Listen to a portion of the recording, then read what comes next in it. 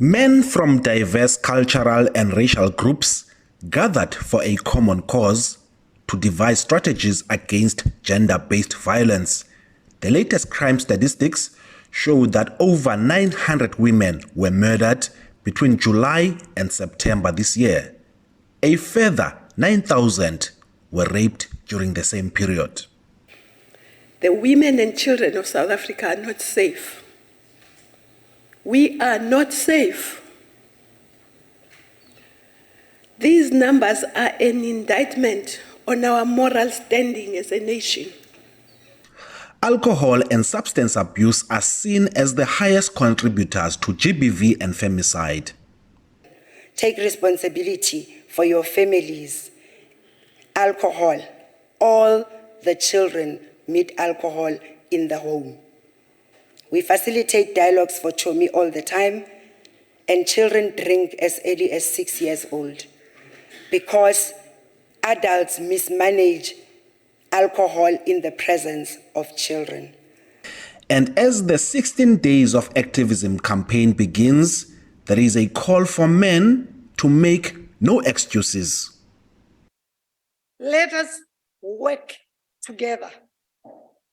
This is not the time to turn a blind eye. It's not a time to justify why we are unemployed, why we have these challenges and that and that. We do have economic problems, but the world is looking at South Africa to provide answers. In fact, the world is celebrating South Africa for not covering up by talking about the challenges we're facing. The world is actually pleading with us to share with them this secret we have of opening up and sharing.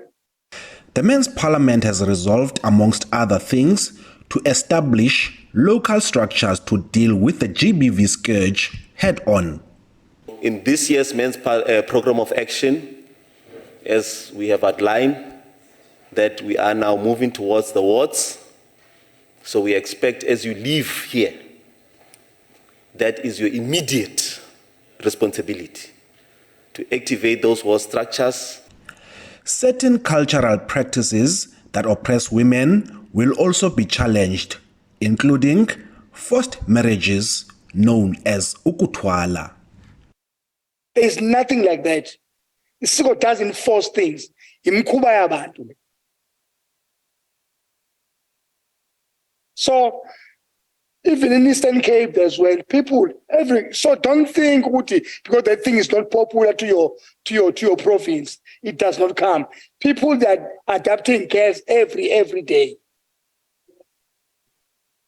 So instead of ukutwala kuthiwa isiko, alikho isiko lokutwala. In fact, they are taking cares everywhere by force adoption there.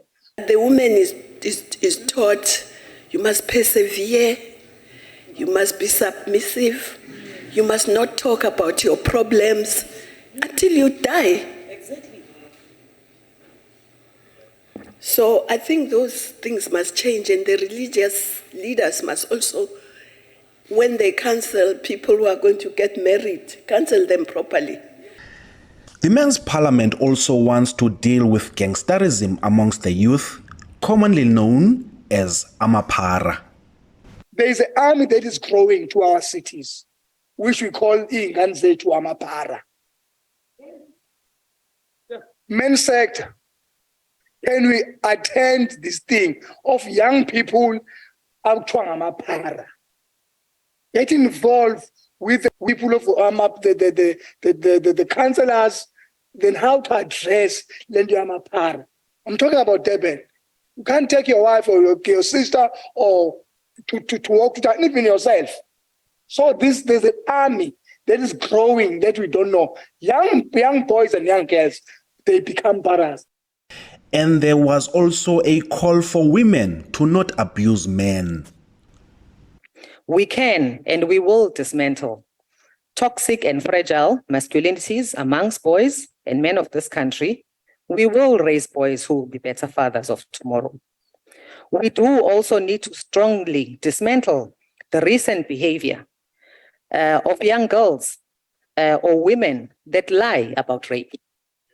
Umam Umhaule just told a story. We know it's under investigation, but the truth is there have been cases of men that have been falsely accused for women that have lied. The Men's Parliament remembered the late South African actor Patrick Shai, who was a shining light in the fight against GBV. His teachings are being passed on to the next generation. I said on the 29th of January, which marked the last day that we accompanied you to your final resting place, that I will fully commit myself to Kulumandot.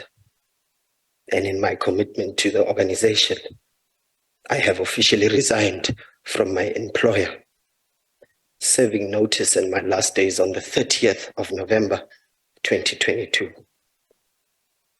I have literally 6 days of employment and to fully switch my focus on Kulumandot. The Men's Parliament concluded with a call on men to take a stand against GBV and femicide.